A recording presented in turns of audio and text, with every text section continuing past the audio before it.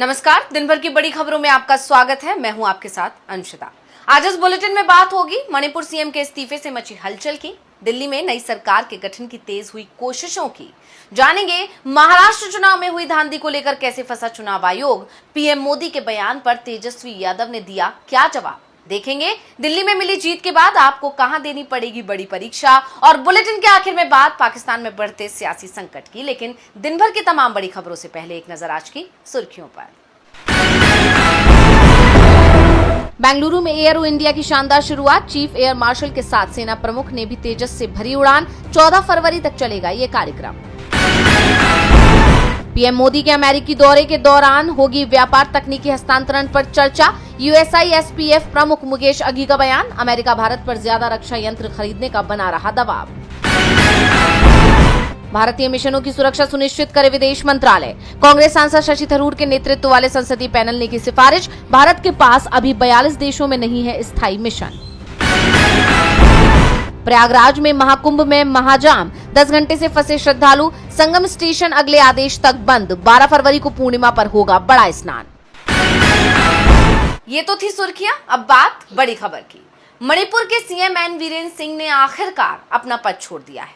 अचानक दिल्ली पहुंचे बीरेन सिंह ने पहले गृह मंत्री अमित शाह से मुलाकात की और उसके बाद अपने इस्तीफे का ऐलान कर दिया।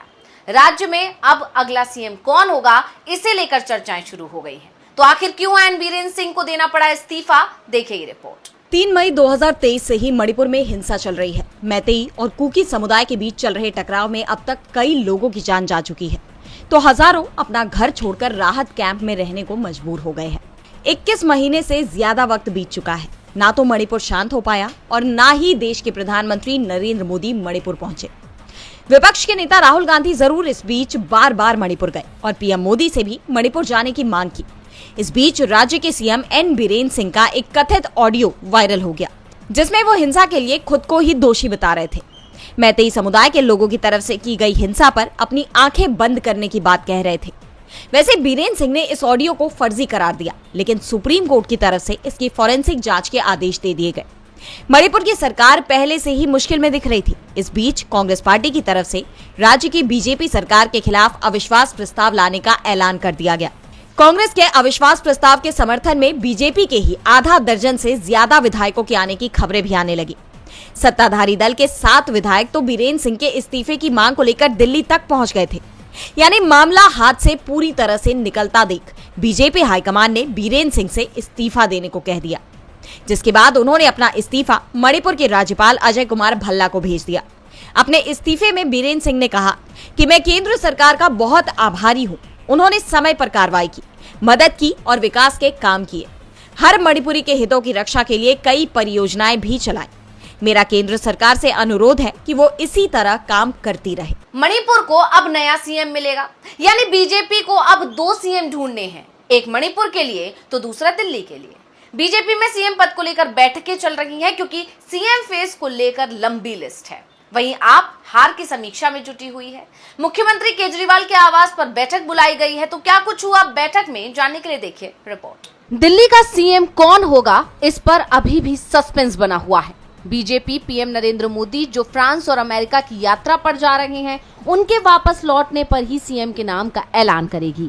तो दूसरी तरफ विधानसभा चुनाव में मिली हार के बाद सीएम आतिशी ने अपने पद से इस्तीफा दे दिया। आतिशी ने उपराज्यपाल वीके सक्सेना को अपना इस्तीफा सौंपा।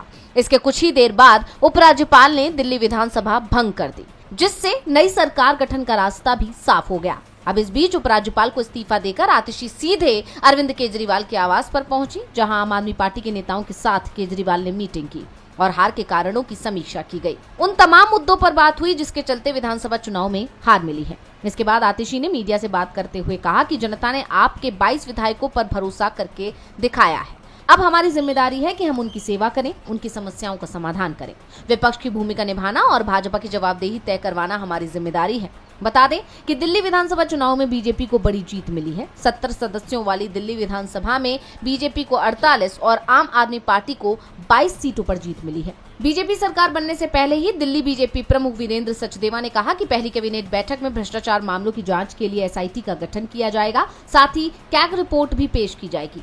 यानी सरकार बनाने से पहले ही बीजेपी ने केजरीवाल की घेराबंदी शुरू कर दी है और इस बीच बीजेपी के अंदर अब नई सरकार बनाने की तैयारियां शुरू हो गई हैं। दिल्ली में चर्चाओं का बाजार गर्म है क्योंकि नतीजों के बाद एक बार फिर चुनाव में धांधली के आरोप लगने लगे हैं चुनाव आयोग पर। ये आरोप हाल ही में महाराष्ट्र विधानसभा चुनाव से जुड़े हुए हैं। राहुल ने खुलकर महाराष्ट्र चुनाव में धांधली को लेकर चुनाव आयोग को घेरा था और अब इंडिया के अंदर इसे लेकर आवाज और तेज हो गई है। शिवसेना यूबीटी के नेता आदित्य ठाकरे ने दिल्ली चुनाव के परिणाम के बाद प्रतिक्रिया देते हुए कहा कि दिल्ली चुनाव में जीतने वालों को मैं बधाई देता हूं। लेकिन दिल्ली में एक प्रेस कॉन्फ्रेंस हुई थी जिसमें राहुल गांधी, संजय राउत और सुप्रिया सुले ने महाराष्ट्र से जुड़े कई गंभीर सवाल उठाए थे। इन नेताओं ने महाराष्ट्र के विधानसभा चुनावों में कथित रूप से हुई धांधली और चुनाव आयोग की भूमिका पर सवाल उठाए थे। साथ ही वोटर लिस्ट में अनियमितताओं और नए मतदाताओं को जोड़े जाने के आंकड़ों पर भी चर्चा की थी, जो गंभीर मुद्दा है। ये सवाल सिर्फ उनका नहीं बल्कि हमारे भी मन में है। आदित्य ठाकरे ने कहा कि आम आदमी पार्टी के नेताओं ने भी कई बार प्रेस कॉन्फ्रेंस के जरिए वोटर लिस्ट में गड़बड़ी को लेकर सवाल उठाए थे। वोटर लिस्ट से कहीं मतदाता गायब कर दिए गए तो कहीं अनियमित रूप से नाम जोड़े गए। ये सच्चाई जनता के सामने आनी चाहिए। सबसे बड़ी बात यह है कि चुनाव जीतने के बाद सबसे पहले बीजेपी को जनता का नहीं बल्कि चुनाव आयोग का धन्यवाद करना चाहिए। वहीं भाकपा माले के महासचिव दीपांकर भट्टाचार्य ने दिल्ली चुनाव में हार के लिए कांग्रेस और आम आदमी पार्टी के अलग अलग लड़ने को कारण बताया। लेकिन इसके साथ ही उन्होंने आरोप लगाया कि दिल्ली में चुनाव स्वतंत्र और निष्पक्ष तरीके से नहीं हुए। दीपांकर भट्टाचार्य ने कहा कि निर्वाचन आयोग ने मतदाताओं को डराने धमकाने और मतदाता सूची में हेराफेरी की शिकायतों पर कोई ध्यान नहीं दिया। वामपंथी नेता ने अब बिहार चुनाव को लेकर चिंता जताई है कि महाराष्ट्र और दिल्ली का पैटर्न कहीं बिहार में भी न दोहराया जाए। उन्होंने कहा कि महाराष्ट्र में इन शिकायतों पर ध्यान नहीं दिया गया, जहां बीजेपी और उसके सहयोगियों ने शानदार जीत हासिल की थी। दिल्ली में भी यही कहानी दोहराई गई। अगर चीजें इसी तरह चलती रही तो चुनाव एक तमाशा बनकर रह जाएंगे। महाराष्ट्र चुनाव के नतीजों में क्या धांधली हुई, चुनाव आयोग पर सवाल उठ रहे हैं। तो सवाल पीएम मोदी ने इंडिया गठबंधन की एकजुटता पर भी उठा दिए, लेकिन तेजस्वी यादव ने तुरंत ही पीएम मोदी को करारा जवाब दे दिया। तो क्या कहा तेजस्वी ने, देखिए रिपोर्ट। दिल्ली विधानसभा चुनाव के बाद सबकी नजरें बिहार के विधानसभा चुनाव पर टिक गई हैं। एनडीए नेताओं में अलग जोश दिखाई दे रहा है। केंद्रीय मंत्री जीतन राम मांझी हो या बीजेपी के नेता मंगल पांडे, सब एक ही बात दोहरा रहे हैं कि दिल्ली तो बस झांकी है, बिहार अभी बाकी है। उनके इन अरमानों पर आरजेडी विधायक और बिहार विधानसभा में नेता प्रतिपक्ष तेजस्वी यादव ने ब्रेक लगा दिया है। तेजस्वी ने एनडीए नेताओं को चेतावनी देते हुए कहा कि बिहार बिहार है, इसको समझना पड़ेगा। एक तरह से उन्होंने एनडीए नेताओं को बिहार चुनाव के लिए अलर्ट कर दिया है कि जैसे दिल्ली में बीजेपी को जीत हासिल हुई है, वैसी ही जीत बिहार में मिलने की उम्मीद ना रखें। बिहार को पहले समझना पड़ेगा और बिहार को समझना इतना आसान नहीं है। बिहार में आने के बाद उन्हें समझ आएगा कि यहाँ उन्हें क्या करना होगा, इसलिए बिहार को समझना आसान नहीं होने वाला। वहीं दिल्ली में भाजपा की प्रचंड जीत पर तेजस्वी यादव ने कहा कि जनता मालिक है और जनता ही फैसला करती है। ये लोकतंत्र की हमारी खूबसूरती है। जनता जिसको वोट देती है वही सरकार में आता है। तेजस्वी ने कहा कि निश्चित तौर पर 27 साल के बाद भारतीय जनता पार्टी की सरकार बन रही है। हमारी उम्मीद है कि भाजपा ने जो वादे दिल्ली वासियों से किए हैं, उन वादों को पूरा करेगी। कहीं सिर्फ जुमलेबाजी तक ये ना रह जाए। तेजस्वी के बयानों ने जीत के जश्न में डूबे उन एनडीए नेताओं को झटका जरूर दे दिया है जो बिहार में अभी से जीत का दावा ठोक रहे हैं। इंडिया गठबंधन बिहार में पूरी तरह से एकजुट है और बिहार विधानसभा चुनाव में इंडिया अपनी ताकत दिखाने को तैयार भी है। लेकिन उससे पहले गुजरात निकाय चुनाव में इंडिया की बड़ी परीक्षा होने वाली है। गुजरात की 66 नगर पालिका और एक नगर निगम जूनागढ़ में चुनाव हो रहा है और यहाँ कांग्रेस और आम आदमी पार्टी की साख दांव पर है, तो बीजेपी भी मुश्किल में दिख रही है। आम आदमी पार्टी के दिल्ली में सत्ता से बाहर होते ही उसकी पंजाब सरकार के सुरक्षित रहने पर सवाल उठने लगे हैं। लेकिन पंजाब से पहले आपकी परीक्षा मोदी के गढ़ गुजरात में होने वाली है। गुजरात में जूनागढ़ नगर निगम के साथ 66 नगर पालिका और 3 तहसील पंचायत के चुनाव हो रहे हैं। चुनाव आयोग ने 2178 सीटों के लिए चुनावों का ऐलान किया है। इसमें बीजेपी 68 नगर पालिकाओं में कुल 196 सीटों पर चुनाव से पहले ही निर्विरोध जीत हासिल कर चुकी है। ऐसे में आपके सामने अब बाकी सीटों पर मजबूती से लड़ने की चुनौती है। आपको बता दें कि गुजरात में स्थानीय निकाय चुनावों के लिए कांग्रेस ने कुल 1600 उम्मीदवार मैदान में उतारे हैं। वहीं जूनागढ़ की मांगरोल पालिका में आप और कांग्रेस के स्थानीय नेता गठबंधन में चुनाव लड़ रहे हैं और वडोदरा की करजन नगर पालिका में आपने बीजेपी के तमाम बागियों को टिकट दी है। गुजरात में स्थानीय निकाय की इन सीटों के लिए 16 फरवरी को वोट डाले जाएंगे, जबकि नतीजे 18 फरवरी को आएंगे। दिल्ली में आपकी हार के बाद गुजरात की आगे की राजनीति के लिए स्थानीय निकाय के चुनावों को अहम माना जा रहा है, क्योंकि इसके बाद ग्राम पंचायत और फिर अगले साल की शुरुआत में बड़ी नगर पालिकाओं के चुनाव होंगे। गुजरात में लोकसभा चुनावों में आप और कांग्रेस साथ थे। अब देखना होगा कि दिल्ली के बाद गुजरात में आप और कांग्रेस आगे साथ रहते हैं या अलग अलग बीजेपी को हराने की तैयारी करते हैं। गुजरात में इंडिया के पास खोने को बहुत कुछ नहीं है, लेकिन बीजेपी अगर हारी तो उसके लिए चिंता जरूर बढ़ जाएगी। दिल्ली चुनाव में मिली जीत का उत्साह फीका पड़ जाएगा। बीजेपी टेंशन में है। वैसे टेंशन तो किसानों ने भी मोदी सरकार को दे रखी है। पंजाब और हरियाणा बॉर्डर पर किसानों के प्रदर्शन को 1 साल से ज्यादा का वक्त हो चुका है, लेकिन अभी तक सरकार के साथ कोई समझौता नहीं हो पाया। इस बीच अनशन कर रहे किसान नेता डल्लेवाल की तबीयत लगातार बिगड़ती जा रही है। किसान आंदोलन ने मोदी सरकार की मुश्किलें बढ़ा दी हैं। लगभग 1 साल से किसान शंभू बॉर्डर पर डेरा डाले हुए हैं। उनका आंदोलन छिटपुट तरीके से बढ़ता गया। शंभू बॉर्डर से खनौरी बॉर्डर तक किसानों के संघर्ष का दायरा बढ़ता गया, लेकिन मोदी सरकार ने अब तक उनकी मांगों पर सहमति नहीं जताई। लेकिन किसान भी पीछे हटने को तैयार नहीं है। इस बीच अब पिछले 75 दिन से अनशन कर रहे किसान नेता जगजीत सिंह डल्लेवाल की हालत गंभीर बताई जा रही है। उन्होंने मेडिकल हेल्प लेनी छोड़ दी है। डॉक्टरों का कहना है कि ड्रिप लगाने के लिए उनकी नसें तक नहीं मिल पा रही। ऐसे में अब उनके पैरों की नस के जरिए ड्रिप लगाने समेत दूसरे विकल्पों पर विचार किया जा रहा है।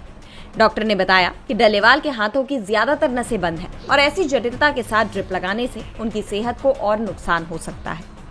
इस बीच केंद्र सरकार की कृषि मार्केटिंग पॉलिसी ड्राफ्ट के खिलाफ संयुक्त किसान मोर्चा की तरफ से देश भर के लोकसभा और राज्यसभा के सांसदों को ज्ञापन सौंपे गए।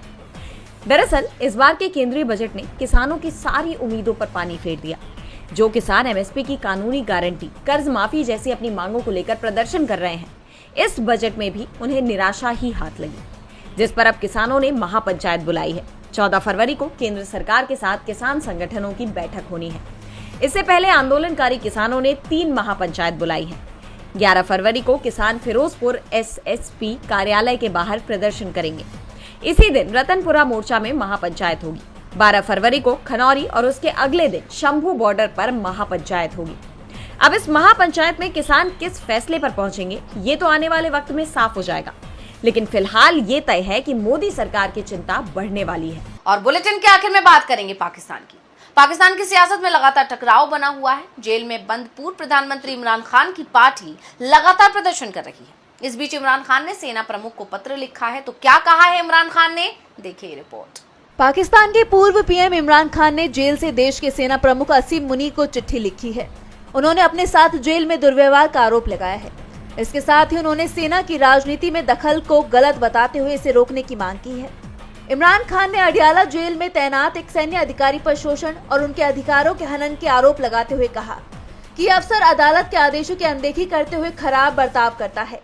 उन्हें 20 दिनों तक जेल की ऐसी बैरक में रखा गया जहां सूरज की रोशनी तक नहीं पहुंचती थी।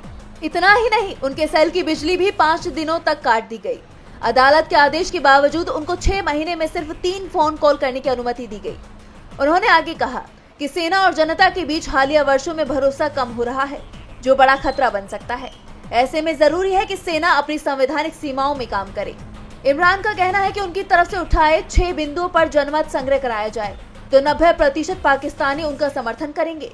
ये बिंदु चुनाव धांधली, 26वें संवैधानिक संशोधन के जरिए न्यायपालिका पर कब्जा, PECA जैसे कठोर कानून बनाकर जनता का शोषण, राजनीतिक अस्थिरता और पाकिस्तान की सबसे बड़ी राजनीतिक पार्टी पर कार्रवाई शामिल है। इससे सिर्फ सियासी लोगों को ही परेशानी नहीं हो रही है, बल्कि आवाम और सेना के बीच की खाई भी बढ़ रही है। तो आज इस बुलेटिन में इतना ही। आप देखते रहिए DV लाइव और मुझे दीजिए इजाजत। नमस्कार।